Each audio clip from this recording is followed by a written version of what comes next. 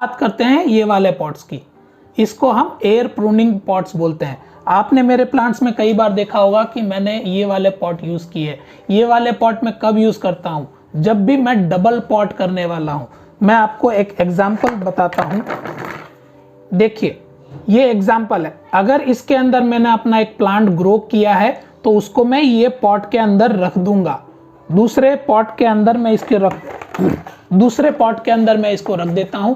इससे फायदा क्या होता है कि जब भी इसके रूट यहां से बाहर निकलते हैं तब वो अंदर दूसरे पॉट के अंदर भी फैलना शुरू हो जाते हैं और उनका ग्रोथ जो है वो फास्टर होता है। मैं कई बार अपने बॉन्साई मटेरियल ऐसे वाले पॉट्स के अंदर ग्रो करता हूं क्योंकि मिट्टी के पॉट ऐसे अवेलेबल नहीं होते हैं और मुझे अपने बॉन्साई मटेरियल का फास्टर ग्रोथ चाहिए, तो मैं ये वाले पॉट यूज करता हूं।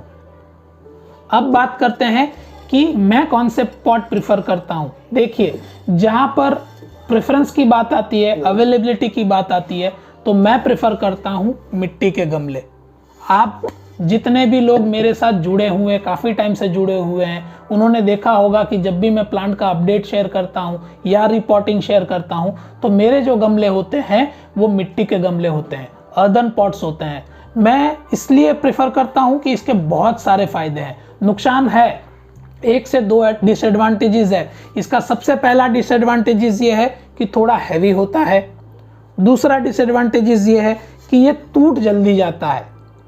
अगर छोटी सी भी ठोकर लगती है तो ये टूट जाता है। मेरे को ये 2 ही डिसएडवांटेजेस लगते हैं, बट डिसएडवांटेजेस के सामने इसके फायदे बहुत हैं और अवेलेबिलिटी भी इसकी बहुत अच्छी होती है, इसलिए मैं ये वाले पॉट यूज करता हूँ।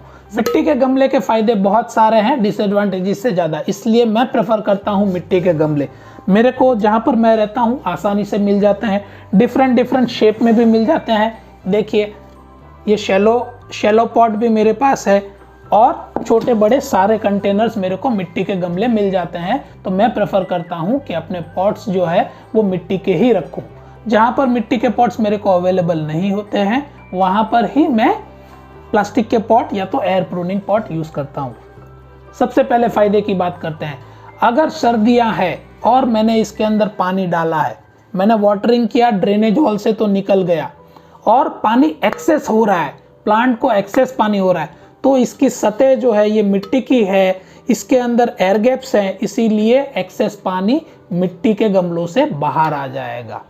दूसरा फायदा, अगर मैंने धूप के अंदर प्लांट को रखा है और बहुत ही ज़्यादा गर्मी है और पानी डाला है तो ये वाटर रिटेन करके रखेगा। ये वाटर जब भी रिक्वायरमेंट होगी प्लांट की, तब इसके अंदर जितना भी पानी रुका होगा वो प्लांट के जो रूट्स है वो यहाँ से खींच लेंगे।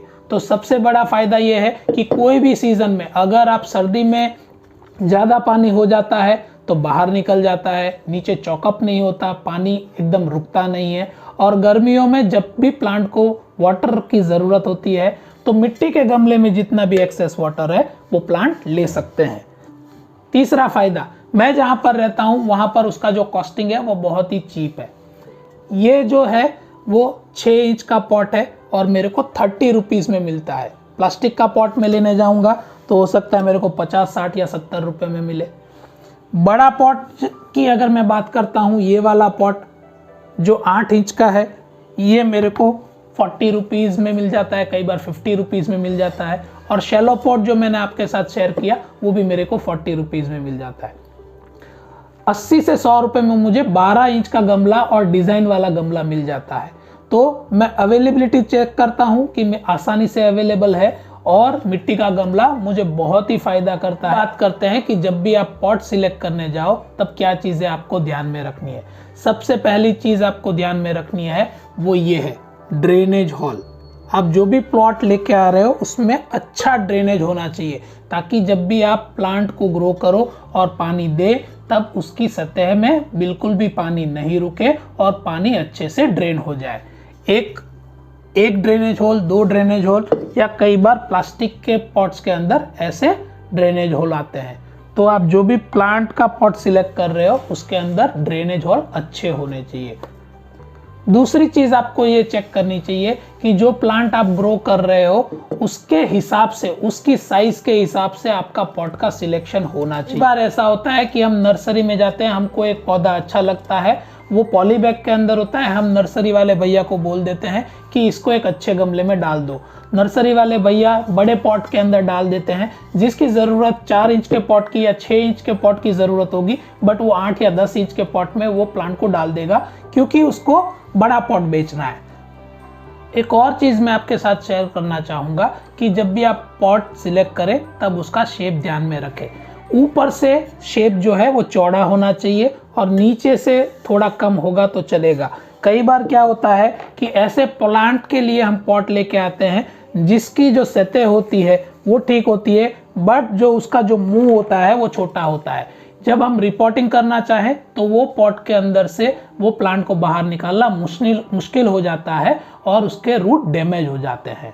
अब मैं आपके साथ एक ऐसी टिप शेयर करने वाला हूं जो अगर आपने समझ ली तो प्लांट के पॉट साइज सिलेक्ट करने में आप कभी भी धोखा नहीं खाएंगे। से फॉर एग्जांपल ये वाला प्लांट है, ठीक है, मैंने इसके लिए 8 इंच का गमला सिलेक्ट किया है। क्रोटोन का प्लांट है, तो ये गमला मैंने क्यों सिलेक्ट किया? देखिए, जब भी आप पॉट देखते हैं तब आपको क्या चेक करना है, ये प्लांट है और करीब करीब 1 से 1.5 इंच इसका रूट बॉल है। इसके जो रूट है वो 1 से 1.5 इंच तक फैले हुए हैं। तो मुझे क्या देखना है कि रूट के बाद वो रूट को डेवलप होने के लिए, रेडियल पैटर्न में ग्रो होने के लिए पूरे सर्कल में करीब करीब 1 से 1.5 इंच की और जगह होनी चाहिए। क्यों ऐसा मैं बोल रहा हूँ? क्योंकि ये प्लांट को जो मैं रिपोर्ट करने वाला हूँ करीब 2 साल के बाद रिपोर्ट करूँगा। तो ये पॉट मैंने कैसे सिलेक्ट किया? पहली चीज़ ये ध्यान में रखी कि मैं इसको कितने साल के बाद रिपोर्ट करूँगा। इसको मैं 2 साल के बाद रिपोर्ट करूँगा। दूसरी चीज़ ये ध्यान में रखी कि जो उसके रूट्स हैं उसको ग्रो होने के लिए अच्छी जगह है, 1 से 1.5 इंच तक वो ग्रो हो सकते हैं, ताकि मैं 2 साल के बाद जब भी रिपोर्ट करूं तब इसके जो रूट है इसका ग्रोथ पैटर्न अटके नहीं और प्लांट अच्छे से ग्रो करे। तो ये सारी चीज़ें आपको ध्यान में रखनी है। जो ये बेसिक रूल अगर आप फॉलो अच्छे से करोगे तो आपका जो पॉट सिलेक्शन है वो बहुत ही बढ़िया होगा। तो आज मैंने आपके साथ शेयर किया कि अपने पॉट को सिलेक्ट कैसे करें, क्या चीज़ें ध्यान में रखें, कितने साल के बाद आप उसको रिपोर्ट करने वाले हो, क्या आपका प्लांट जो है उसका ग्रोथ पैटर्न क्या है और कौन से मटेरियल में आप उसको ग्रो कर रहे हो, धूप में रख रहे हो या इंडोर रख रहे हो, कितने घंटे के लिए उसको धूप मिल रही है। तो ये सारी चीज़ें डिसाइड करने के बाद अपने प्लांट के लिए आप बेस्ट पॉट डिसाइड कर सकते हो। मेरे प्रेफरेंस की जो बात करेंगे तो जैसे मैंने आपको बताया कि मैं प्रेफर करता हूँ मिट्टी के गमले, क्योंकि ये इजीली अवेलेबल है, अच्छे दाम में मिल जाते हैं। हाँ, थोड़ी बहुत केयर करनी पड़ती है, कई बार टूट जाते हैं, बट मेरे पास बहुत सारे ऑप्शंस अवेलेबल है और मुझे काफ़ी अच्छे रिजल्ट्स मिले हैं। मुझे सर्दियों में भी उसके रिजल्ट्स अच्छे मिले हैं और गर्मियों में भी बहुत ही अच्छे रिजल्ट हुए हैं। सर्दियों के सीज़न में या गर्मियों के सीज़न में मेरे प्लांट बहुत ही अच्छे से ग्रो करते हैं, वो चाहे इंडोर प्लांट हो, वो चाहे आउटडोर प्लांट हो या मेरा बॉन्साई मटेरियल हो।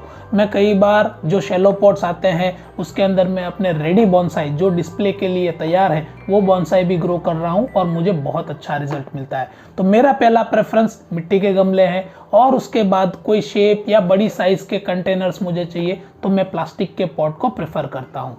और जहाँ पर मैं डबल पॉटिंग करता हूँ वहाँ पर मैं एयर प्रूनिंग पॉट का यूज़ करता हूँ।